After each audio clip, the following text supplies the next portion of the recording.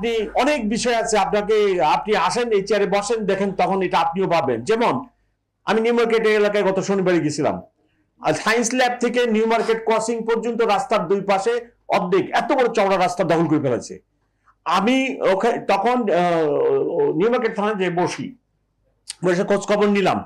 আমি এসি ট্রাফিককে ডাকলাম, ওসিকে ডাকলাম, ডেকে কথা বললাম। আমি তো এই হুকুম দিতে পারলাম না যে ফুটপাত থেকে শহর হকার উধাও দাও, একজনও বসবে না। মানবিক আমাকে তো হতে হচ্ছে। আমি তো একটা হিউম্যান বিইং। আমি কি এই লোকগুলা ফুটপাতে বসে 300, 400, 500 টাকা ইনকাম করে তার পরিবার নিয়ে আছে, আপনি রাতারাতি তাকে বলবেন গেট আউট, এখানে বসতে পারবো না? আমি কি একটা মানুষ না? অমানুষের মতো একটা হুকুম আমার পুলিশকে দিয়ে বাস্তবায়ন করে ফেলাবো? আমি কি বললাম? আমি বললাম, হুকুম দিলাম, আমাকে তাদের দিকেও তাকাতে হচ্ছে, আপনার দিকেও তাকাতে হচ্ছে।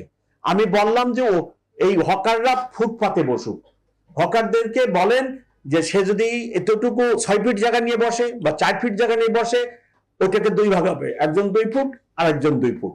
ফুটপাতে বসুক, তাদেরও রুটি রুজির ব্যাপার আছে। আপনার আনএমপ্লয়মেন্ট বেড়ে যাবে, তখন আবার ছিনতাইকারী বেড়ে যাবে, এক একটার সাথে একটা রিলেটেড, গরিব দেশে যা হয় আর কি। তো আমি তাদেরকে এসি সাহেবকে নির্দেশ দিলাম। পরবর্তীতে আমার এডিশনাল কমিশনারকেও আমি পরের দিন সকালে ডেকে বলছি যে ওইখানে রাস্তাটা ফুটপাত হকাররা দখল করবে না, রাস্তাটা দখল করবে না, কিন্তু ওরা ফুটপাতে থাকুক।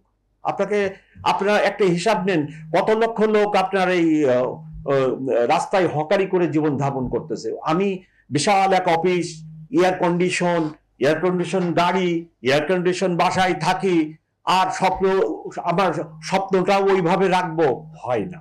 আমার ওই হকারের দিকে তাকাইতে হবে। ইভেন আমার ব্যাটারি চালিত রিক্সা, ম্যানুয়ালি অপারেটেড রিক্সা চালক, ও বাঁচতেছে, ও 10,000 টাকা ইনকাম করে। রিক্সা চালকের গ্যারেজের উপরে দেখবেন শেড করা থাকে, গ্যারেজের উপরে ঘুমায়, নিচেই রিক্সা, ওখানে রান্না হয় ওনাদের লঙ্গর খানার মতো। ওই রিক্সা চালক ওইখানে 150 টাকা বা এরকম সামথিং দিয়ে 3 বেলা খায়। কুড়িগ্রাম থেকে আসছে, 10,000 ইনকাম হলে 2,000 এসে চলে, 8,000 কুড়িগ্রাম পাঠায় তার পরিবারটাকে সে লালন পালন করে। আপনার এইভাবে জিনিসটাকে আপনি আমাকে বলতেছেন মানবিক পুলিশ বানাইতে হবে, পুলিশ কমিশনারই মানবিকটা। পুলিশ কমিশনার একটা অমানবিক কাজ করে বেড়ায়।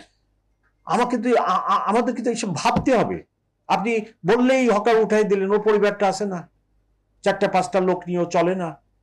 সো এই সকল বিষয়দের ভিতরে আমাদের একটা ম্যানেজমেন্ট গড়ে তুলতে হবে, যে ম্যানেজমেন্টের মাধ্যমে যাতে আমরা সামনে আগায় যেতে পারি।